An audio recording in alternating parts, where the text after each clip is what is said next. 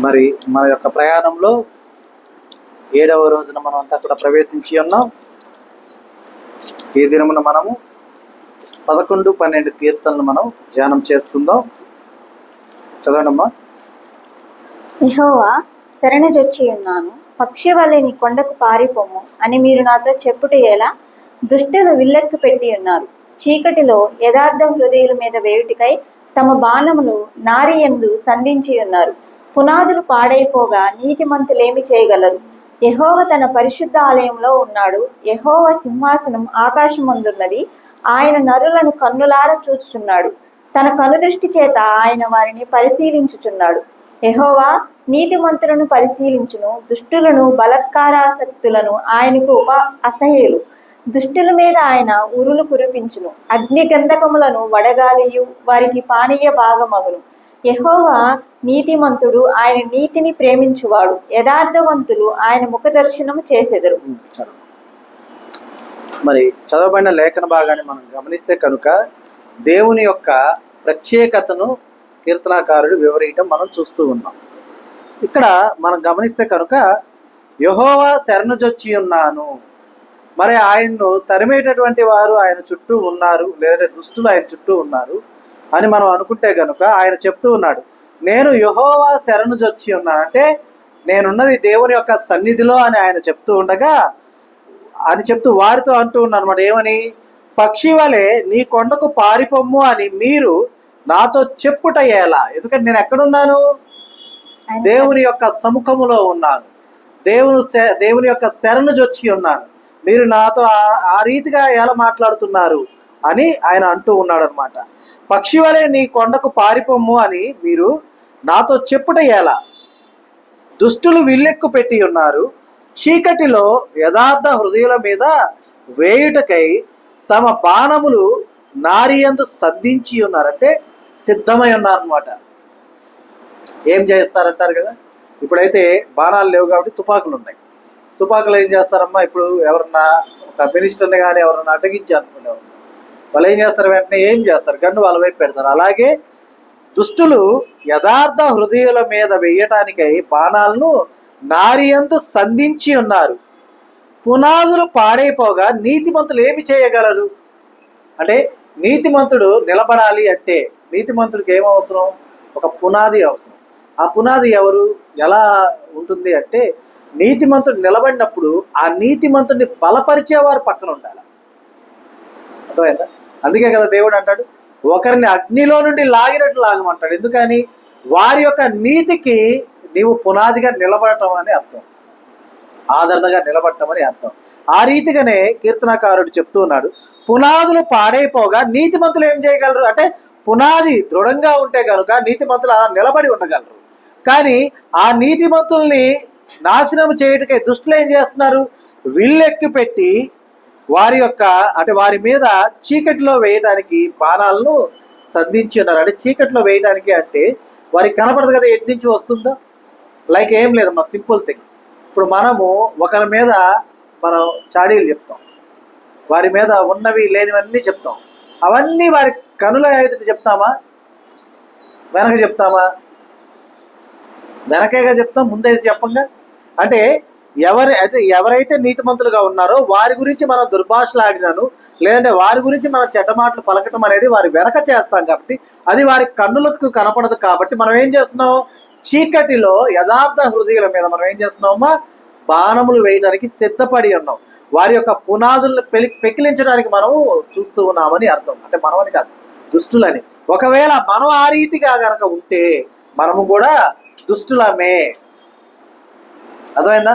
ఒకరిని బాధించాలని, ఒకరిని ఇబ్బంది పెట్టాలని మనం కనుక చూస్తే మనం కూడా దుష్టులతో సరిపోల్చబడిన వారుగా మనం ఉంటాం. కాబట్టి గమనించాలి, మనల్ని మనం పరిశీలించుకుంటూ ఉండాలి. చూడండి, యెహోవా తన పరిశుద్ధాలయంలో ఉన్నాడు. యెహోవా సింహాసనము ఆకాశమందున్నది. ఆయన నరులను కనులారా చూచుచున్నాడు. తన కను దృష్టి చేత ఆయన వారిని పరిశీలించుచున్నాడు. అంటే దేవుడు ఆకాశం మీద ఆసీనుడై నరులందరినీ కూడా ఆయన ఏం చేస్తున్నాడమ్మా? చూస్తూ ఉన్నాడు, పరిశీలిస్తూ ఉన్నాడు. అంతేకాదు, యెహోవా నీతిమంతులను పరిశీలించును, దుష్టులను బలాత్కారాసక్తులను ఆయనకు అసహ్యులు. అంటే దుష్టులు కానివ్వండి, అలాగే బలాత్కారాసక్తులు అంటే ఎదుటివారిని బాధ పెట్టేవారు, ఎదుటివారిని ఇబ్బంది పెట్టేవాళ్ళు, బలం చూపిస్తారు కదా, బలం చూపించేటటువంటి వారు, అంటే వారి ఎదుటివారికి న్యాయంగా ఏమీ చెయ్యక అన్యాయంగా తీర్పు తీర్చేటటువంటి వారు, ఆ యొక్క విధానం ఆసక్తి కలిగినటువంటి వారంతా కూడా దేవునికి ఎవరుగా ఉన్నారమ్మా? అసహ్యులుగా ఉన్నారు. కానీ ఆయన నరులను కనులారా చూచి ఉండగా, ఆయన కనుదృష్టి చేత వారిని పరిశీలించి ఉండగా, నీతిమంతులను ఆయన ఏం చేస్తాడమ్మా? పరిశీలిస్తూ ఉంటాడు. అంటే ఎప్పుడు కూడా వాచ్ చేస్తూ ఉంటాడు. వారికి ఏం ఆపద కలుగుతుంది, ఏ ఇబ్బంది కలుగుతుంది. ఎందుకంటే మన పరిశుద్ధ గ్రంథంలోనే వ్రాయబడి ఉంది, నీతిమంతులకు కలుగు ఆపదలు అనేకం. ఎందుకంటే నీతిని అనుసరించి నడుచుకుంటున్నాడు కాబట్టే కదా వాడికి ఆపద. అవునా కదమ్మా? ఇప్పుడు ఒక దారిలో చేమలు ఉన్నాయి, చాలా చేమలు ఉన్నాయి, అడుగు వేయడానికి ఖాళీలు ఉన్నాయి, అక్కడక్కడ ఒక అడుగు మనం వేయడానికి ఖాళీ ఉంది, చీమల్ని తప్పకుండా వెళ్ళాలి అంటే. మరి నీకు రాదా? నడక వచ్చా రాదా నీకు? పరిగెత్తడం వచ్చా రాదా నీకు? వచ్చు. కానీ మన కాలు కింద ఏ చీమ నలిగిపోకూడదని చెప్పి మనం జాగ్రత్తగా ఆచి తూచి అడుగులేస్తున్నప్పుడు మనము స్ట్రైట్గా ఫార్వర్డ్గా నడవగలుగుతామా? వణుకుతా నడుస్తాం. ఎందుకని? మన కాలు వాటి మీద పడకూడదని, మనము జాగ్రత్తగా అడుగులు వేయాలని.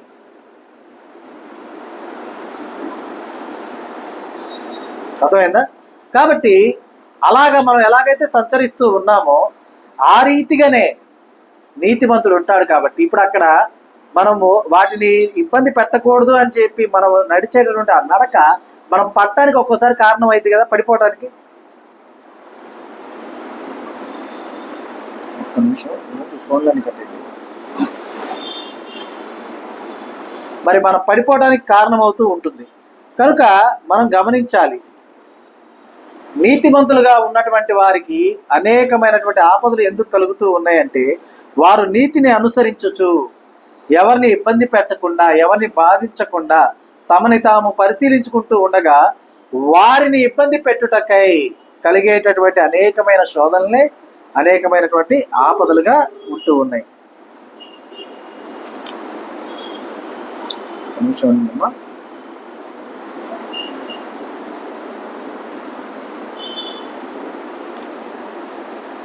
జాగ్రత్త, లాటరీ ఇచ్చారు, ఇన్స్టెంట్ లోన్ ఇస్తాము, ఇంట్లో ఉండే డబ్బు సంపాదించండి, ఇలా వేగంగా డబ్బు సంపాదించడం గురించి సోషల్ మీడియా యాడ్స్ లేదా ఫోన్ కాల్స్ ద్వారా మిమ్మల్ని ఎవరైనా నమ్ముతుంటే సైబర్ నేరగాలు పన్నాగం కావచ్చు. వారి వల్లలో పడకండి. ఇలాంటి సంఘటనలను వెంటనే national cyber help line 1930 report చేయండి. ప్రజా ప్రయోజనాలను జారీ చేసిన వారు ministry of home affairs. The person you have called is speaking to someone else.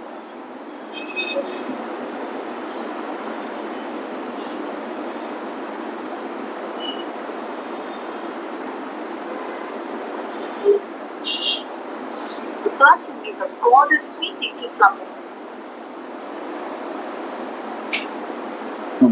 చూడమ్మా, కాబట్టి దుష్టులను బలాత్కారాసక్తులను ఆయనకు అసహ్యులుగా ఉంటూ ఉంటారు.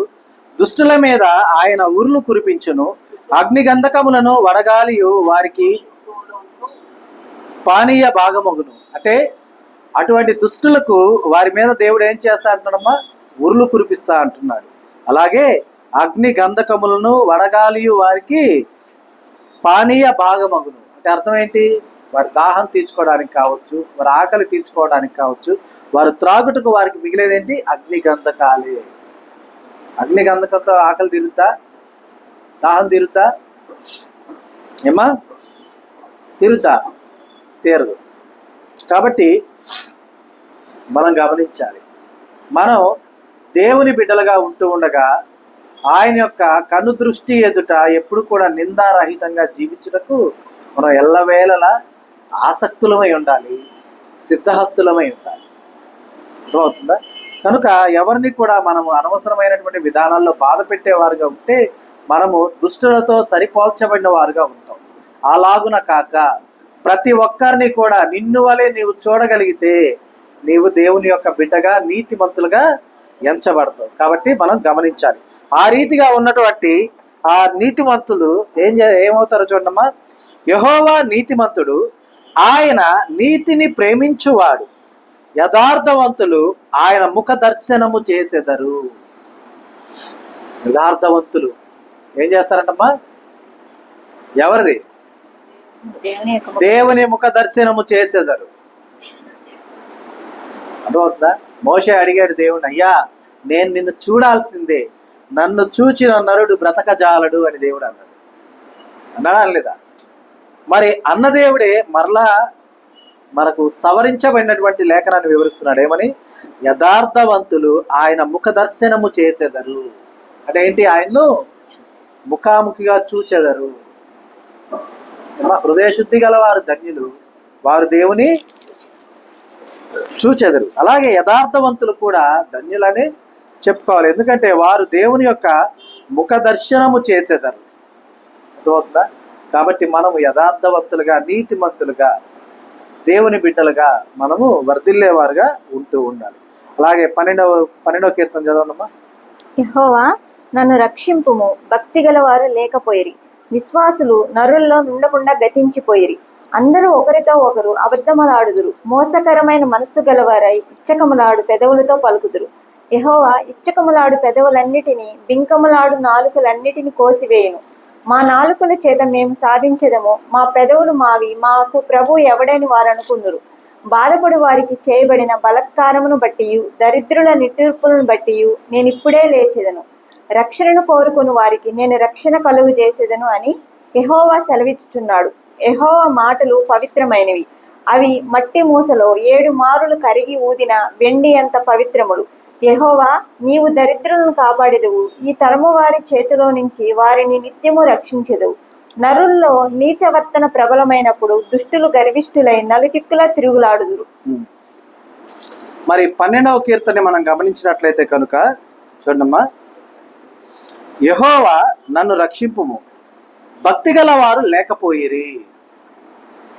అంటే దేవుని ఆరాధించుకున్నట్టుకు భక్తి గల వారు చుట్టూ లేక, ఆయన ఆరాధించుకునే విధానంలో కావచ్చు, ఆయన ప్రార్థించుకునే విధానంలో కావచ్చు, ఆయనకు ఆటంకాలు కలుగుతూ ఉంటాయి. మేబీ ఆ యొక్క విధానాన్ని దేవునికి వివరిస్తున్నటువంటి విధంగా మనం భావిద్దాం. యెహోవా నన్ను రక్షింపుము, భక్తి గలవారు లేకపోయిరి, విశ్వాసులు నరులలో నుండకుండా గతించిపోయిరి. అంటే విశ్వాస సహితమైనటువంటి వారు నరుల్లో ఎవరు కూడా కనిపించట్లేదు. అందరూ కూడా కపటోపాయంతో ఉన్నటువంటి వారుగానే ఉంటూ ఉన్నారు. అంటే మేలు చేస్తే దేవుడు, మేలు నాకు జరగకపోతే దేవుడు లేడు అనేటటువంటి వారుగా అనేకులు ఉంటూ ఉన్నారు. అందరూ ఒకరితోనొకరు అబద్ధములాడుదురు. అందరూ కూడా ఏం చేస్తున్నారంటమ్మా? ఒకరితో ఒకరు అబద్ధాలు ఆడుతున్నారు. మోసకరమైన మనస్సు గలవారై ఇచ్చకములాడు పెదవులతో పలుకుదురు. ఇచ్చకం అంటే ఎదుటివారికి ఇష్టమైన మాటలు మాట్లాడుతూ మోసకరమైనటువంటి మనస్సు కలిగిన వారుగా ఉంటూ ఉన్నారు మనుషులందరూ కూడా అని చెప్పేసి కీర్తనాకారుడు చెప్తూ ఉన్నాడు. మరి మన పెదాలు ఎలా ఉన్నాయి? దేవుణ్ణి ఆరాధించే పెదాలు ఎదుటి వారికి మేలు చేసే విధంగా మాట్లాడుతున్నాయా లేదా? ఏమా? దేవుని స్తుతించే పెదాలు ఎదుటి వారిని మనము వారి మేలు కలుగుటకై సలహాలు ఇచ్చే పెదవులుగా వాడుతున్నామా లేదా? ఎందుకంటే పెదవులు లేకుండా నీవే మాట కూడా పూర్తిగా మాట్లాడలేవు.